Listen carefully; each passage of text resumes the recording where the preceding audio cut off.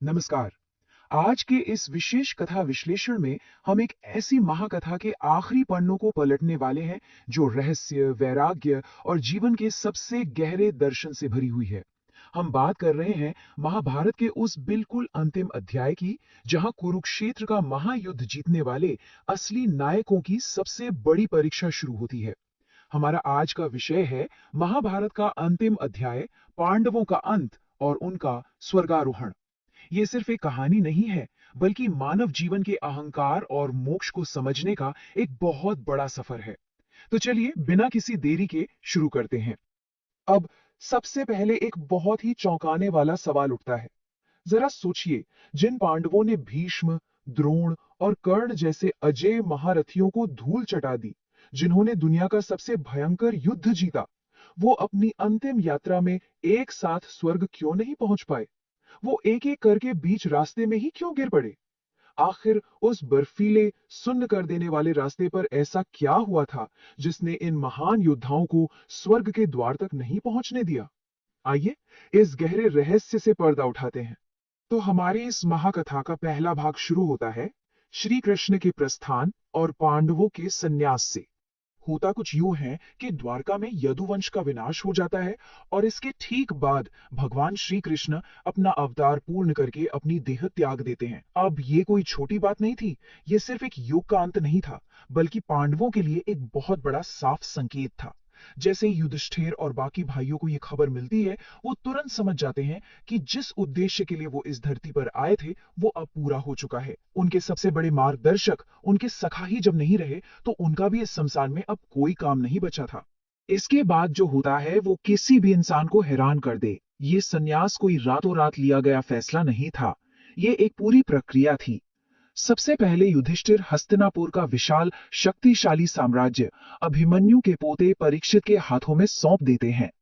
उसके बाद सर्वोच्च सम्राट होने के बावजूद वो बिना किसी हिचकिचाहट के अपने सभी राजसी वस्त्र और मुकुट उतार फेंकते हैं और अंत में पांचों पांडव और द्रौपदी सब कुछ पीछे छोड़कर तपस्वियों का साधारण वेश धारण कर लेते हैं।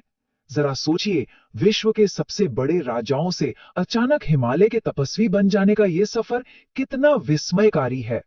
यहां से शुरू होता है भाग 2, हिमालय की ओर उनका महाप्रस्थान। पांचों पांडव और द्रौपदी हिमालय के उन दुर्गम, बर्फीले और जानलेवा रास्तों पर अपनी अंतिम यात्रा शुरू करते हैं। और यहीं पर कहानी में एक बहुत ही रहस्यमयी घटना घटती है। इस भयंकर यात्रा के दौरान न जाने कहां से एक अनजान, बेसहारा कुत्ता चुपचाप उनके पीछे पीछे चलने लगता है। दिलचस्प बात यह है कि युधिष्ठिर उसे भगाते नहीं हैं, बल्कि अपने साथ ही चलने देते हैं। इस श्वान रूपी साथी को जरा याद रखिएगा, क्योंकि आगे चलकर ये इस पूरी कहानी में एक बहुत बड़ा अप्रत्याशित मोड़ लाने वाला है। अब हम आते हैं भाग 3 पर, अहंकार और पतन का आरंभ। यहीं से असली त्रासदी शुरू होती है। जैसे जैसे ये कठिन यात्रा आगे बढ़ती है, बर्फीली हवाओं के बीच एक एक करके इन महान हस्तियों का अंत होने लगता है। सफर शुरू होने के कुछ समय बाद ही सबसे पहले द्रौपदी अचानक बर्फ पर गिरती हैं और अपने प्राण त्याग देती हैं। बाकी भाई हैरान रह जाते हैं। वे थोड़ा और आगे बढ़ते हैं तो सबसे ज्ञानी माने जाने वाले सहदेव भी गिर पड़ते हैं। और फिर इसी बर्फीले रास्ते पर नकुल का भी पतन हो जाता है। ये देखना सच में दिल दहला देने वाला है कि जो महायोद्धा रणभूमि में कभी नहीं डगमगाए, वो इस शांत सफेद यात्रा में ताश के पत्तों की तरह ढहते जा रहे हैं। कहानी आगे बढ़ती है भाग 4 की ओर, पराक्रम और बल का अंत। द्रौपदी, सहदेव और नकुल के जाने के बाद भी पतन का यह दर्दनाक सिलसिला रुकता नहीं है।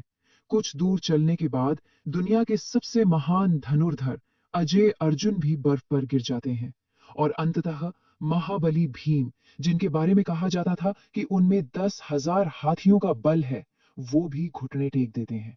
अर्जुन जैसा श्रेष्ठ योद्धा और भीम जैसा गदाधारी दोनों इस रास्ते पर हार मान लेते हैं।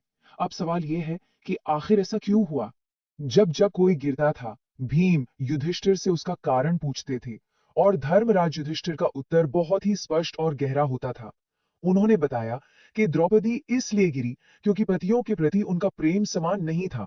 उनका अर्जुन के प्रति एक विशेष लगाव था। सहदेव का पतन इसलिए हुआ क्योंकि उन्हें अपने असीम ज्ञान का अत्यधिक अहंकार था। नकुल अपने रूप और सौंदर्य के गर्व के कारण गिरे। अर्जुन इसलिए नहीं बच पाए क्योंकि उन्हें अपने पराक्रम और धनुर्विद्या का बहुत ज्यादा अभिमान था। और अंत में भीम को अपनी शारीरिक शक्ति और अत्यधिक भोजन प्रियता का अहंकार ले डूबा। तो समझे आप, ये महान विजेता किसी बाहरी दुश्मन से नहीं हारे थे, बल्कि अपने ही भीतर गहराई में छिपे अहंकार से हार गए थे। और अब हम पहुंचते हैं भाग 5 पर, धर्मराज की अंतिम परीक्षा। अब उस भयंकर बर्फीले तूफान में केवल 2 ही प्राणी बचे थे, एक युधिष्ठिर और दूसरा वो कुत्ता। यहाँ सबसे बड़ा सवाल खड़ा होता है कि आखिर वो रहस्यमय कुत्ता था कौन? जरा सोचिए, जो कुत्ता बिना थके बिना रुके द्रौपदी, अर्जुन और महाबली भीम के पतन के बाद भी डटा रहा, उसका रहस्य क्या था? चलिए इस रहस्य से भी पर्दा उठाते हैं। यहाँ कहानी बहुत ही भावुक मोड़ लेती है। अचानक स्वर्ग के राजा इंद्र स्वयं अपना दिव्य रथ लेकर युधिष्ठिर के सामने प्रकट होते हैं। वो युधिष्ठिर को सशरीर स्वर्ग ले जाने आए थे, लेकिन वो एक शर्त रख देते हैं। वो कहते हैं कि यह कुत्ता इस रथ में बैठकर स्वर्ग नहीं जा सकता, इसे यहीं छोड़ना होगा। इस पर युधिष्ठिर 2 टूक मना कर देते हैं। उनका साफ कहना था कि जिस बेजुबान साथी ने इस भयंकर यात्रा में उनका साथ नहीं छोड़ा, महज स्वर्ग के सुख के लिए वो उसे अकेला नहीं छोड़ सकते। एक बेजुबान जानवर के लिए धर्मराज युधिष्ठिर साक्षात स्वर्ग को ठुकरा देते हैं। और जैसे ही युधिष्ठिर स्वर्ग को ठुकराते हैं, वहां एक अद्भुत चमत्कार होता है। वो कुत्ता अचानक अपने असली रूप में आ जाता है। और जानते हैं वो कौन थे? वो कोई और नहीं बल्कि स्वयं धर्मदेव थे। जी हाँ, ये पूरी यात्रा, ये कुत्ते का साथ आना, ये सब कुछ असल में युधिष्ठिर की धर्मनिष्ठा की अंतिम और सबसे कठिन परीक्षा थी।